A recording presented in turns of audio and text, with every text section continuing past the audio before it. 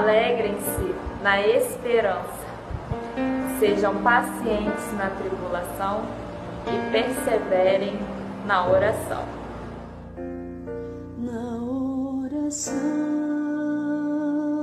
encontro calma, na oração encontro paz. Orar a Deus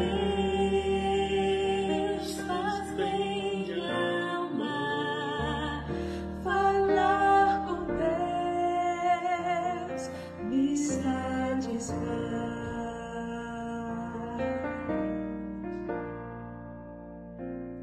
Falar com Deus, que privilégio. Abrir a alma ao Criador, sentir que os céus estão abertos e ouvir a voz do Salvador.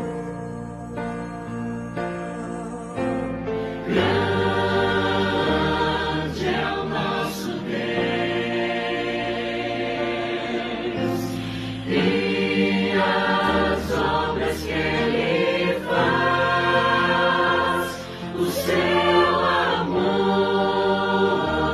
não tem limites. Em seu perdão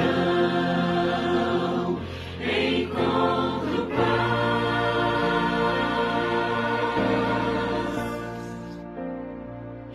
Falar com Deus é o que preciso, pois Ele é fonte de poder. Só nele a vida faz sentido, pois me dá forças pra viver.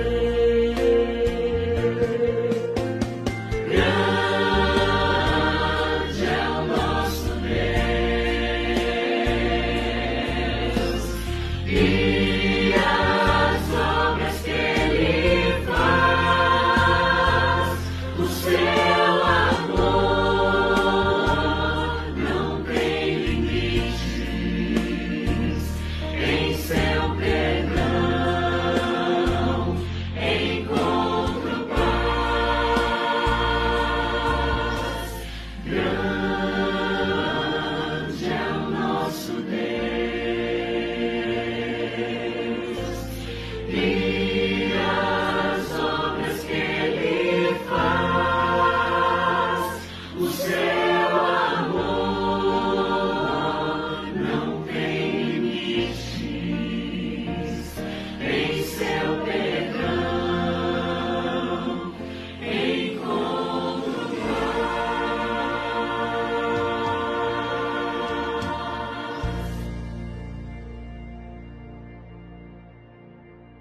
Olá, como vai você? Tudo bem? Aqui é Andréia Souza e nós vamos continuar os nossos 40 dias crescendo na oração.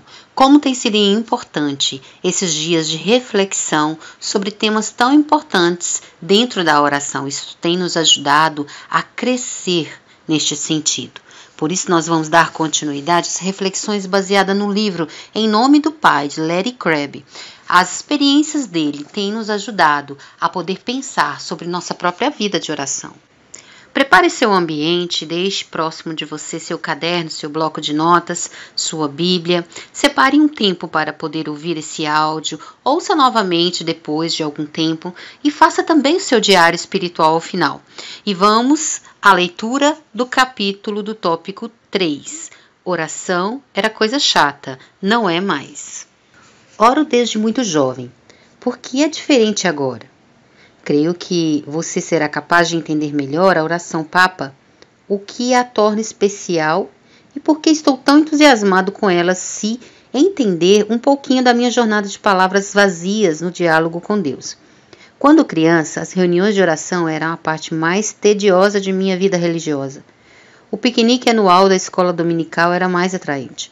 Jogávamos futsal, comíamos cachorro-quente, cuspíamos sementes de melancia e a única oração era curta, de agradecimento pelo cachorro-quente.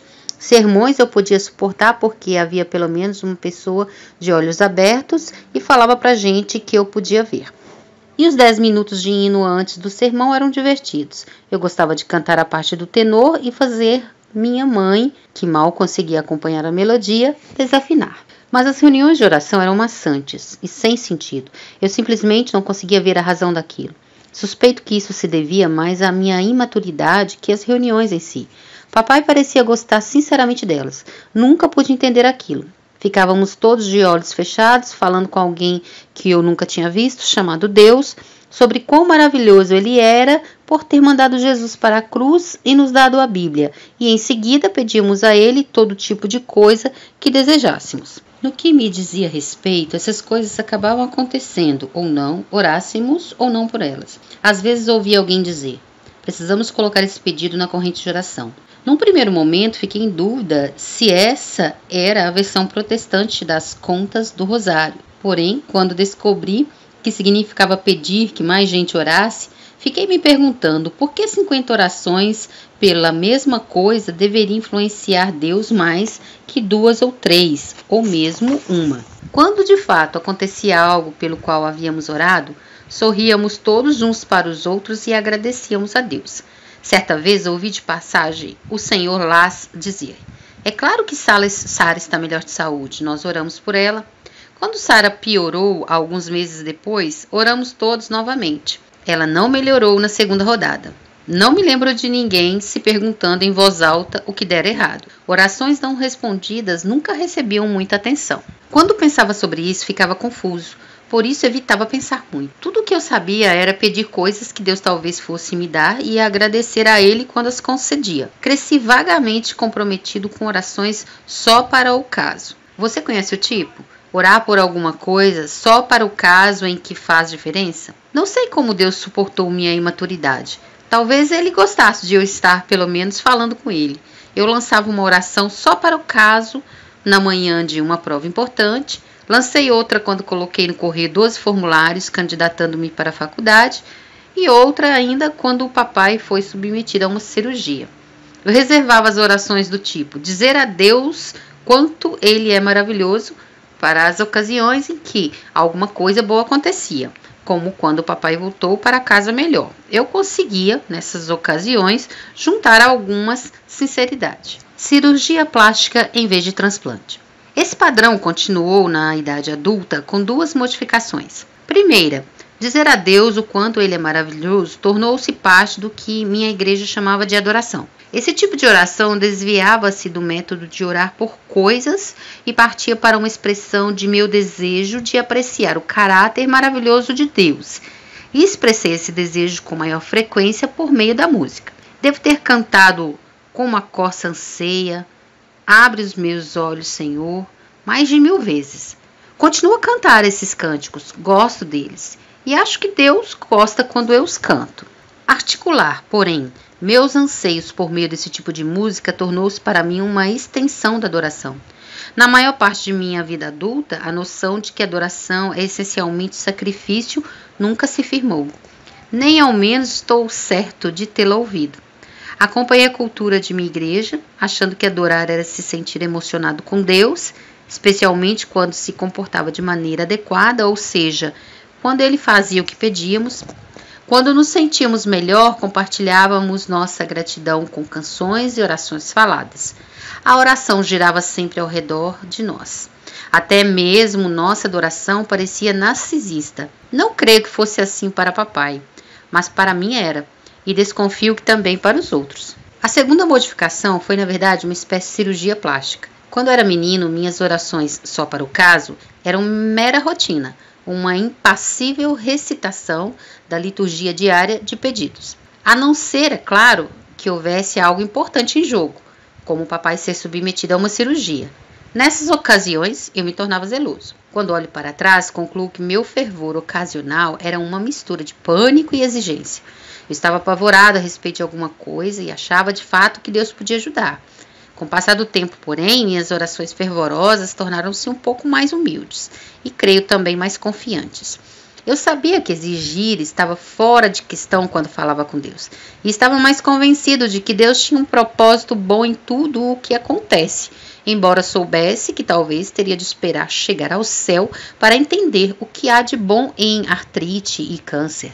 Durante anos, as orações do tipo dizer a Deus o quanto Ele é maravilhoso tornaram-se, por meio da música, uma expressão do anseio de experimentar a Deus, e eu chamava isso de adoração. Minhas orações, só para o caso, perderam um pouco do caráter de exigência e ganharam a humildade e a confiança apropriadas àqueles que suplicam a Deus. Foram mudanças positivas, mas eram simples cirurgia plástica. Quando necessário, era um transplante. A oração Papa, cabo salva-vidas ligado a Deus. Foi apenas recentemente, estou agora em minha 7ª década, que a oração se tornou a parte mais rica de minha vida espiritual. É meu cabo salva-vidas. Sem oração, um tipo de oração radicalmente diferente dos dois que acabo de mencionar, o pânico ainda estaria arruinando a minha vida. E eu ainda estaria exigindo religiosamente tudo o que me conservasse estável e feliz. Sem a oração Papa, Deus seria ainda uma palavra de 4 letras, cujo significado estaria tentando decifrar, em vez da comunidade de 3 pessoas com a qual estou aprendendo a me relacionar e da qual começo a desfrutar. Sem esse novo tipo de oração, acho que estaria ainda escrevendo, ensinando e aconselhando, porém, em grande parte, com muita atividade e pouco poder, com menos satisfação e significado. Com o tipo de oração de que lhe quero falar neste livro, estou agora sentindo o que acredito ser o ritmo do Espírito do Pai movendo-me à medida que escrevo, ensino e aconselho. Por vezes não consigo acompanhar esse ritmo e também com frequência não sou capaz de senti-lo, mas tem feito muita diferença. Às vezes experimento de fato mais alegria em amar os outros que em ser amado, porque estou crendo mais profundamente no coração e não apenas na mente que sou amado por Deus, e seu amor é que está me movendo. Com a oração Papa, permaneço consciente de que correspondo ao amor do Pai pelo ato de apaixonar-me por Ele. E nos bons dias creio que Ele realmente gosta de minha companhia. Gosta de ter-me por perto. Por meio da oração, um tipo que eu não conhecia até recentemente, estou experimentando a verdadeira liberdade. A liberdade de ser alguém que ama a Deus e as pessoas. Estou percebendo agora, é para isso que Cristo me libertou. Nem sempre sou capaz de amar como convém. Em alguns dias e com determinadas pessoas, você perguntaria se conheço de fato a Deus, se apresento alguma semelhança com meu pai, se não sou na verdade uma criança adotada, mas indisciplinada. Dentro de mim se desenrola uma batalha que às vezes perco. Com a oração, porém, sou mais capaz de ser honesto para reconhecer onde falho e aceitar a verdadeira culpa sem odiar a mim mesmo. Posso apreciar melhor o fato de que não consigo gerenciar Deus, não tenho o poder de fazê-lo aparecer quando quero, da forma que quero. Sou mais capaz de ficar quebrantado diante de minhas falhas ocultas, aquelas que não se podem ver, do que aquelas que sou forçado a admitir.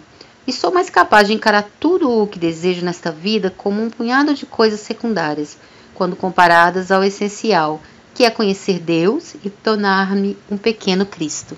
Quando digo que a oração é agora meu cabo salva-vidas, não me refiro à oração como eu a entendia.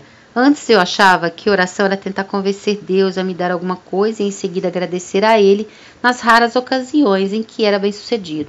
Agora vejo que a oração tem mais a ver com Deus falando comigo e eu sendo o ouvinte. É uma dança que Ele conduz. Estou começando a escutar, a realmente escutar a voz de Deus. E estou percebendo que Ele gosta de mim. Ele me ama, gosta de mim, fala comigo. Ele gosta quando compareço a uma festa que Ele dá. Em algum ponto no fundo, às vezes, ouço música de outro mundo. E o ritmo libera para os outros o que é bom e vivido em mim. E esse é um prazer intenso, é uma festa. Sei que parece meio louco, mas algumas vezes me imagino dançando. Primeiro com Deus, depois com outras pessoas. Às vezes é mais que imaginação, é real. E é uma verdadeira celebração. Pela primeira vez na vida estou gostando de orar. Não acho maçante. E isso porque agora vejo que a oração relacional para conhecer a Deus e desfrutar do fato de ser conhecido por Ele, fornece corretamente o tipo necessário de paixão às orações de súplica e de ação de graça, para pedir a Deus que me dê o que desejo e agradecer-lhe por todas as graças recebidas. Bem, que bom e que belas reflexões podemos perceber ao ler este trecho do livro de Larry Crabb. Que interessante ele falar sobre uma cirurgia plástica em vez de um transplante, não é mesmo? Muitas vezes temos que passar por certos procedimentos, certos movimentos, certas mudanças tão profundas em nossa vida que elas se parecem muito mais com um transplante, uma mudança radical, a retirada de algo, colocar algo novo no local, mais do que um ajustar de alguma coisa que ali já está. Vamos refletir sobre isso, colocando agora em nosso diário espiritual o que Deus falou conosco? Responda as 2 perguntas do seu diário espiritual. O que Deus está dizendo a mim? O que vou fazer com base nisso? Compartilhe conosco sua experiência também de oração, de crescimento aqui nos comentários desse áudio vídeo. Convide outros amigos para participar conosco. Vamos em frente nos próximos dias. Estamos entrando na reta final dos nossos 40 dias crescendo na oração. Eu vou ficando por aqui e eu espero ver você amanhã para darmos continuidade. Até lá, fiquem com Deus.